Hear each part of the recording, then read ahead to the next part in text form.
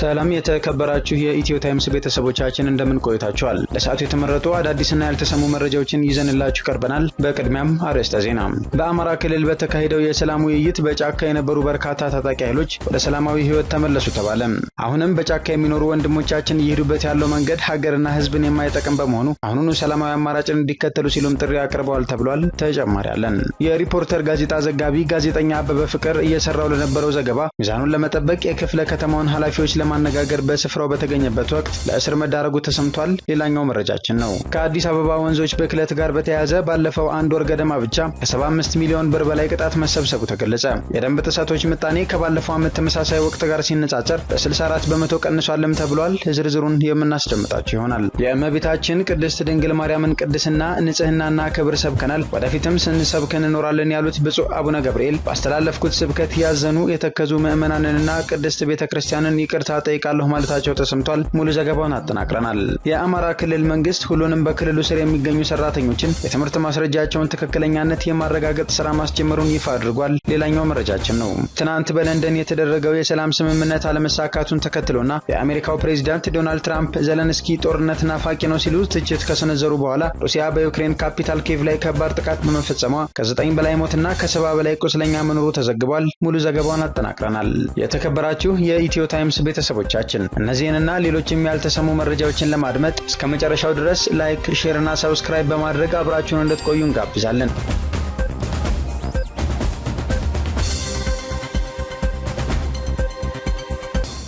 ከሌላ ሰው አካውንት ገንዘብ ለማውጣት የሞከረው ግለሰብ በእስራት ተቀጣ።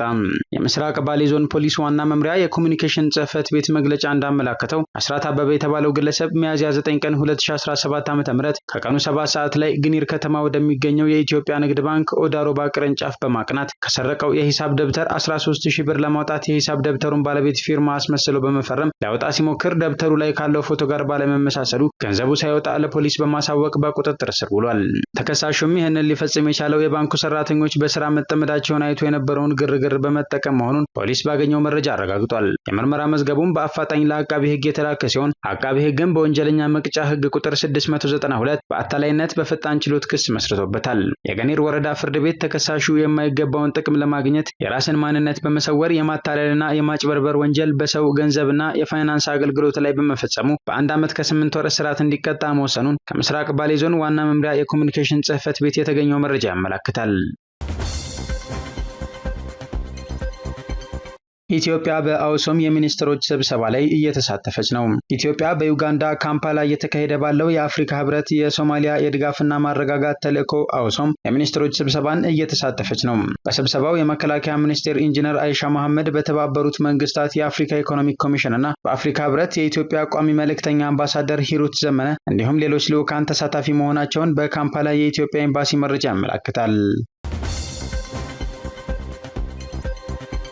በተካሄደው የሰላም ውይይት በጫካ የነበሩ በርካታ ታጣቂ ኃይሎች ወደ ሰላማዊ ህይወት ተመለሱ።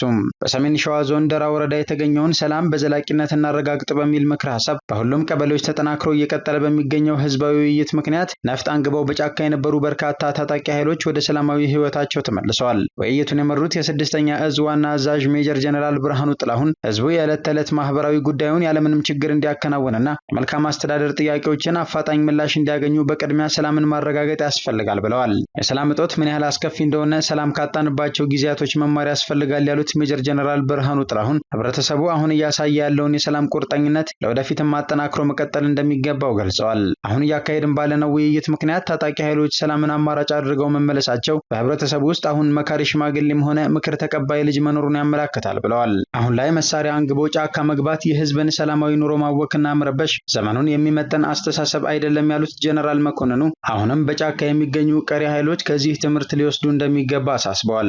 የወረዳው ዋና አስተዳዳሪ አቶ መስፍን ታዬ በበኩላቸው ውይይቱን በመሪነት እያከናወነ ለሚገኘው የመከላከያ ሰራዊት ምስጋና አቅርበው ምክክሩ ሁሉንም አካል ተጠቃሚ የሚያደርግ በመሆኑ ለሀገራችን ሁለንተናዊ እድገት ሲባል ሁሉንም ማህበረሰብ ባሳተፈ መልኩ የሚደረገው ውይይት ተጠናክሮ ይቀጥላል ብለዋል። ታጣቂዎች በበኩላቸው እስካሁን ድረስ በማወቅም ይሁን ባለማወቅ ባሳደገን ሀገርና ህዝብ ላይ ላደረስነው በደልና ስቃይ ይቅርታ እንጠይቃለን ካሉ በኋላ በቀጣይ በልማቱም ሆነ ጸጥታን በማስፈን ረገድ የበደልነውን ህዝብ ለመካስ ተዘጋጅተናል ብለዋል። እንደኛ በተሳሳተ መንገድና ትክክል ባልሆነ የሐሰት ትርክት አሁንም በጫካ የሚኖሩ ወንድሞቻችንን እየሄዱበት ያለው መንገድ ሀገርና ህዝብን የማይጠቅም በመሆኑ አሁኑኑ ሰላማዊ አማራጭን እንዲከተሉ ጥሪ እናቀርባለን ሲሉ መናገራቸውንም የኢፌዴሪ መከላከያ ሰራዊት ዘግቧል።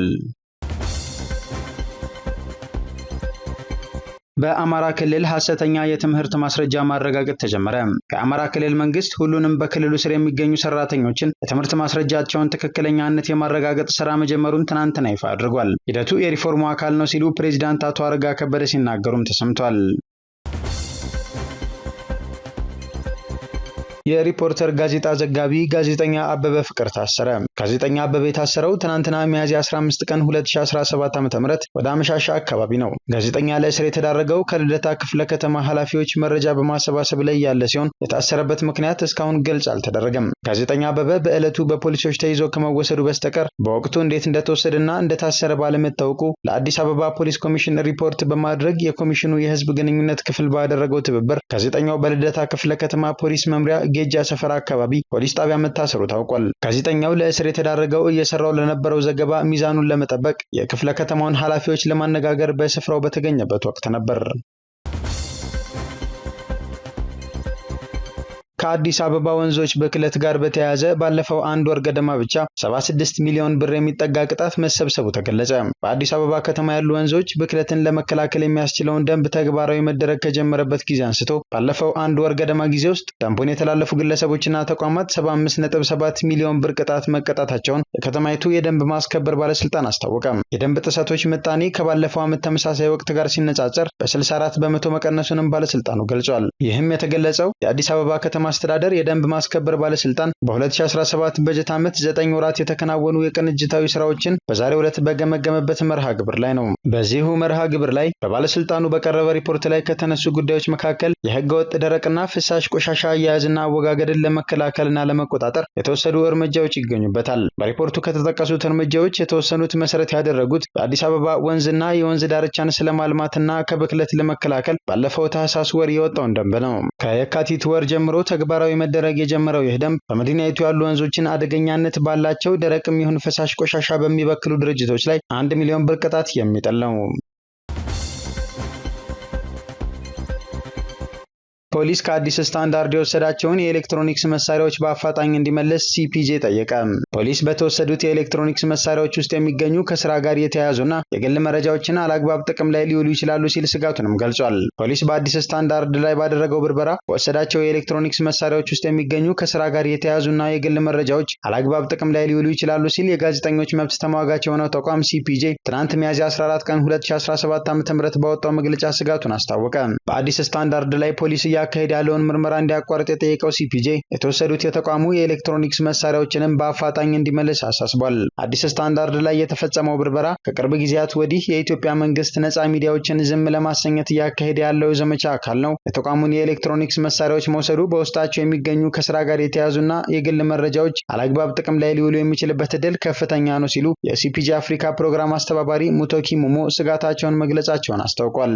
6 የደንብ ልብስ ያለበሱ የፖሊስ አባላት መሆናቸው የገለጹ ሰዎች ሚያዝያ 9 ቀን 2017 ዓ.ም የአዲስ ስታንዳርድን ቢሮ መበርበራቸውን የዜና ክፍል ኃላፊውንና የሰው ሀብት አስተዳደር ኃላፊውን ለምርመራ ወደ ፌዴራል ፖሊስ የወንጀል ምርመራ ቢሮ መውሰዳቸውን የድርጅቱ መስራች ጸዳለ ለማ ለጋዜጠኞች መብት ተሟጋቹ ተቋም ሲፒጄ ተናግረዋል። ፖሊሶቹ የፍርድ ቤት ትዕዛዝ እንዳላቸው ቢናገሩም ግልባጭ ሳያሳዩ ወደ ተቋሙ ቢሮ ዘው ብለው መግባታቸውን የተቋሙ ጋዜጠኞች ሁከት ሊያስከትል የሚችል ዘጋቢ ፊልም በማዘጋጀት ተጠርጥረው ምርመራ እየተደረገባቸው እንደሆነ እንደነገሯቸው ጸዳለ ተናግረዋል። አክለውም ክሱ ሐሰት መሆኑን እና ድርጅቱ ዘጋቢ ፊልሞችን የማዘጋጀት አቅም እንደሌለው መግለጻቸውን ሲፒጄ በመግለጫው አካቷል። ባስተላለፍኩት ስብከት ያዘኑ የተከዙ ምዕመናንንና ቅድስት ቤተክርስቲያንን ይቅርታ እጠይቃለሁ ሲሉ ብፁዕ አቡነ ገብርኤል ምላሽ ሰጡም። በእንተ ማርያም ብለን በስሟ እንጀራ በልተንበታል፣ ለብሰንበታል። እመቤታችንን በእናትነቷ ስለ ልጇ ስትል ስለተቀበለችው መከራ ቤዛዊት ዓለም እንላታለን። እመቤታችን እንኳን ለዓለም ለልጇ ለክርስቶስ ቤዛ ነች ሲሉ ገልጸዋል። የእመቤታችንን ቅድስት ድንግል ማርያምን ቅድስና፣ ንጽህናና ክብር ሰብከናል። ወደፊትም ስንሰብክ እንኖራለን። ነውር ነቀፋ የሌለባት ኃጥእ ያላገኛት እግዚአብሔር በንጽህናና በቅድስና ዓለም አርቆ ከቀደመው የአዳማ ባህሪ የፈጠራት አቻና ወደር የሌላት እናት እንደሆነች አምኜ የምኖር ነኝ። እንኳን ድንግል ማርያምን ለማቃለል ይቅርና ለማመስገንም አቅምም ብቃትም ያለው ሰው የለም ሲሉ ይገልጻሉ። አክለውም በዕለቱ በተሰበከው ስብከት ምክንያትነት ያዘኑ የተከዙና የተከፉ ምዕመናንን እና ስሟ በክፉ የተነሳባት ስንዱ የሆነችውን ቅድስት ቤተክርስቲያንን ይቅርታ ጠይቃለሁ በማለትም ለጥፋታቸው ይቅርታ ይደረግላቸው ዘንድ ጠይቀዋል። በእስራኤል ከተሞች በከባድ ሙቀት ምክንያት ከፍተኛ የሰደድ እሳት መነሳቱ ተነገረ። የሰደድ እሳቱ የተነሳው በኢየሩሳሌምና በዋና ከተማዋ ቴል አቪቭ አቅራቢያ ሲሆን እሳቱን ለመቆጣጠር የእስራኤል ባለስልጣናት ሄሊኮፕተሮችንና የእሳት አደጋ መኪኖችን ወደ ስፍራው በመላክ እሳቱን ለመቆጣጠር ርብርብ እያደረጉ እንደሚገኙ ተገልጿል። የእስራኤሉ ጠቅላይ ሚኒስትር ቤንያሚን ኔታንያሁ በአገሪቱ የተነሳውን እሳት ለመቆጣጠር ከባድ መሆኑን ገልጸው የሰደድ እሳቱ የሚባባስ ከሆነ እስራኤል ለአጋር ሀገራት እርዳታን ትጠይቃለች ሲሉ ገልጸዋል። ዘለንስኪ ጦርነት ናፋቂ ነው ሲሉ የአሜሪካው ፕሬዝዳንት ዶናልድ ትራምፕ ተናገሩ።